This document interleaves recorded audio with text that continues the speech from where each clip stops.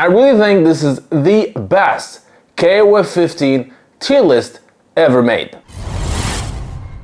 Hey guys, Nabil here. It finally happened, I think. Well, since the game came out, the King of Fighters 15, there were several tier lists, and I ignored most of them, right? Because most of them are, they came early, or they just dropped right after DLC characters, so we didn't have a really good tier list to look at until today.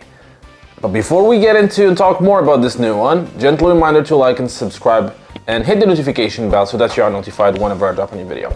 So this one comes, and you can, I'm just gonna share it here quickly and then we'll talk about it. So this one comes from pro players Leshar, Quan GMA, and Song.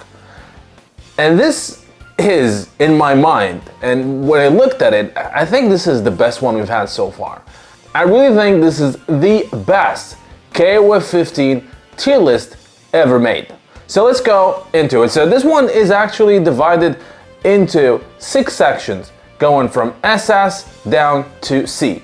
And there are some surprises here to some of you if you haven't been following how the meta of the game has been actually evolving. So SS, and I'm surprised with one thing here. So Cronin is still there, by the way, and I'm not surprised, honestly. Cronin is still such a good character. Cronin is still top tier right now with K-Dash, which, if you play against some good K-Dashes, you have to agree, because I absolutely do.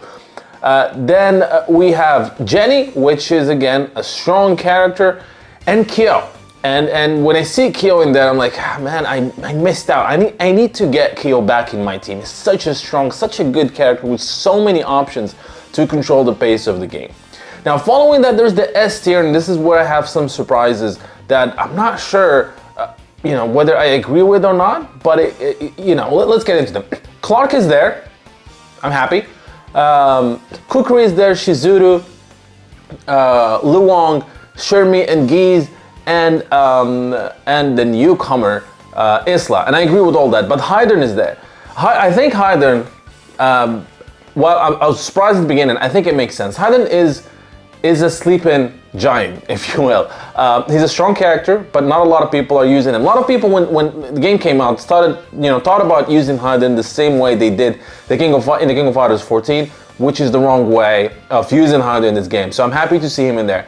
A+ has the majority of the cast, and again, it shows you how great of a job SNK did with the King of Fighters 15 when it comes to balance. It is actually the most balanced King of Fighters 15, and the current iteration of the game, the current version, is the most the actual best balanced version of the game. So in A+ we have Ryo Sakazaki, one of my mains now. We have the newcomer Sylvie.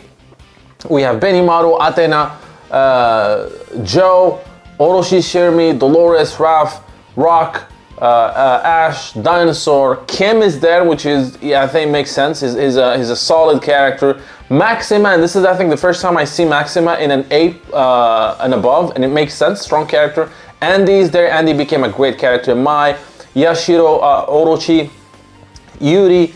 Even though Yuri, I might put her a little bit in the S, actually. She's very strong. Yamazaki, Yashiro, Iori, Meiten-kun. I think great solid list. Then we have the A, and again, this is, as you can see, that these are all great characters. Doesn't mean, they're still all viable and still super strong. Robert is there. I'm surprised with this one. I'm surprised with Ramon. I know he's gotten stronger in the last few patches, but I'm surprised to see him in the A. I was gonna put him in C, honestly, but you let me know what you guys think. Is Ramon in the right spot?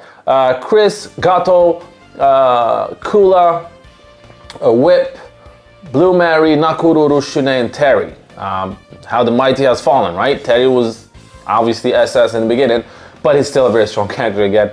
Then we have the B category, and this one we have King, we have Angel, Rugal, kind of surprise. We have Elizabeth, Antonov, we have Vanessa, Leona, Haomaru, Orochi, Chris, and the newly released and newly added free boss, Genitz. I have Genitz in my team. I should consider exchanging him with Kyo, honestly. Should I do that? We'll see.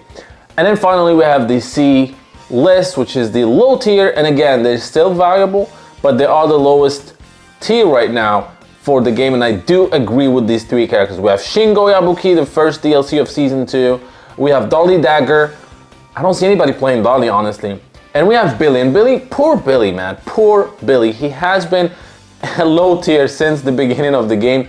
They did buff him a little bit, but he's still not as viable as the other characters. But again, tier lists are subjective, right? But of all the tier lists I've seen, this is the one I really agree with most of it, and I think it makes sense. And you let me know, what do you guys think? Is this a good tier list?